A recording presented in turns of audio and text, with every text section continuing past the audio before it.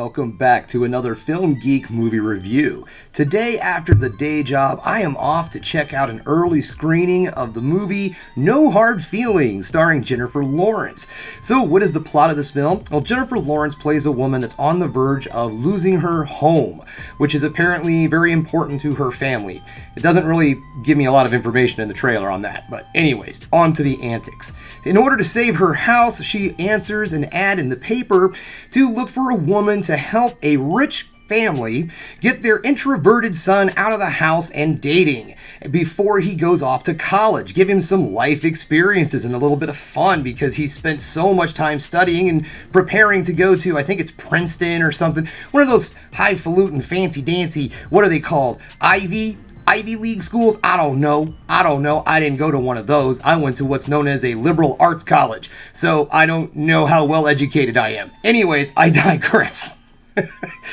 Anyways, this film, it looks like an extremely crude, R-rated comedy. I've seen the red banded trailer for this, and let me tell you, it looks like it's going to be pretty over the top. Now, apparently, if you look at my hit-miss record when it comes to comedies on my channel, I have a very easygoing sense of humor because I find a lot of stuff funny, so I apologize if I keep talking about bad comedies. I just must have one of the easiest sense of humors out there. I must laugh at everything, so I'm sorry. But this movie does look legit funny. It looks like it's going to be another off-the-wall, crazy, crude comedy, definitely a hard R. So I haven't seen one of those in theaters in a minute. It seems like a lot of the times comedies are kind of like watered down a little bit for audiences to get that PG-13 rating because the whole idea of getting those teenagers in there also because disposable incomes. I understand. So it's nice to be able to see a good adult crude comedy R-rated with a nice hard R. And also, I've been racking my brains. I don't know if I've seen Jennifer Lawrence in a full-on comedy before, so I'm looking forward to see how her timing and comedic acting style and all is. So here we go. It is time for me to get out of here because I got to get to the day job, and then after that I am off to check out the new movie No Hard Feelings.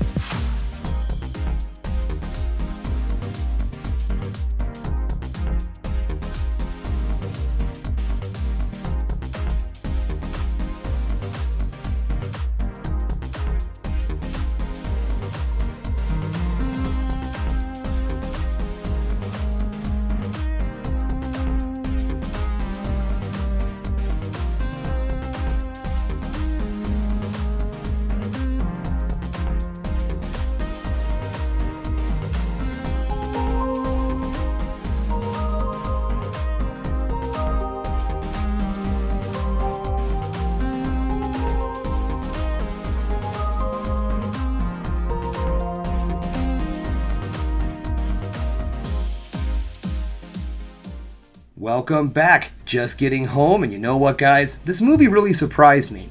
When I went into this film, I was expecting a raunchy comedy sex romp, and what I came out with was a film that had a lot more heart than just a basic raunchy comedy.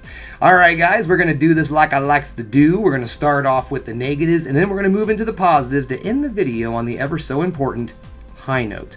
Alright, so the one negative, the one thing about this film that bothered me was I wish it could have been funnier. Not that there's not a lot of jokes, not that I wasn't laughing, I just had a lot of moments that there wasn't laughter, at least, you know, I felt like that the film could have had some more jokes thrown in there. I don't know how, but it just seemed like the film could have used a little bit more humor tossed into it. But what the film lacks in humor, it makes up for in story and chemistry amongst its actors.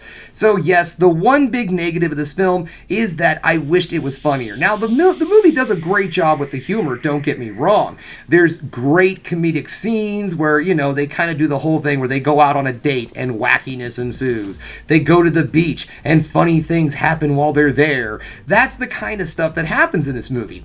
There is funny physical comedy, there is funny witty comedy, there's awkward comedy, there's all sorts of different things that are tossed into this film to make you laugh. And despite the fact that there's not as many jokes as I would like, the jokes that are there do land well and will make you laugh. I am going to have to watch this movie a second time because I know I missed some things because I was laughing too hard in some of the scenes.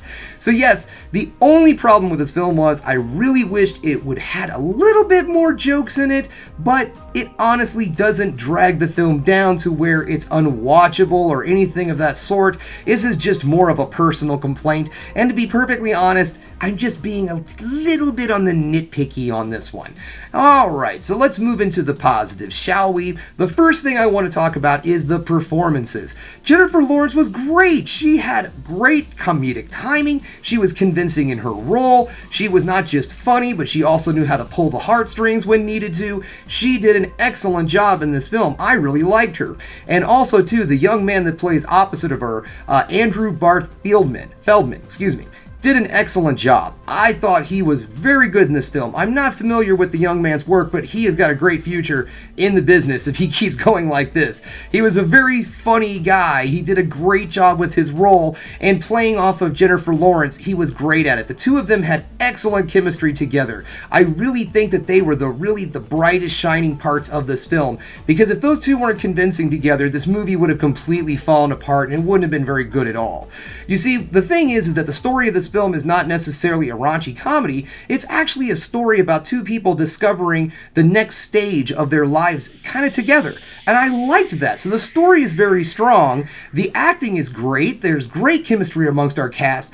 And I didn't really realize, it took me a minute and then all of a sudden it dawned on me, Matthew Broderick is in this film. I was a little surprised. I didn't recognize him right off the bat, and it was kind of bugging me the whole time. I'm like, I think that's Matthew Broderick. I'm not sure, but I think that's Matthew Broderick. And yeah, it was. And you know what? That's just another positive, because anytime you could throw Matthew Broderick into a movie and sneak him in there like that, I'm on board, man. Let's go. Let's do this. So this film has a lot going for it. I thought it was funny. It has a great little message. It talks, it doesn't talk down to the audience, and I really enjoy the humor, even though I feel like it could have used a dash more.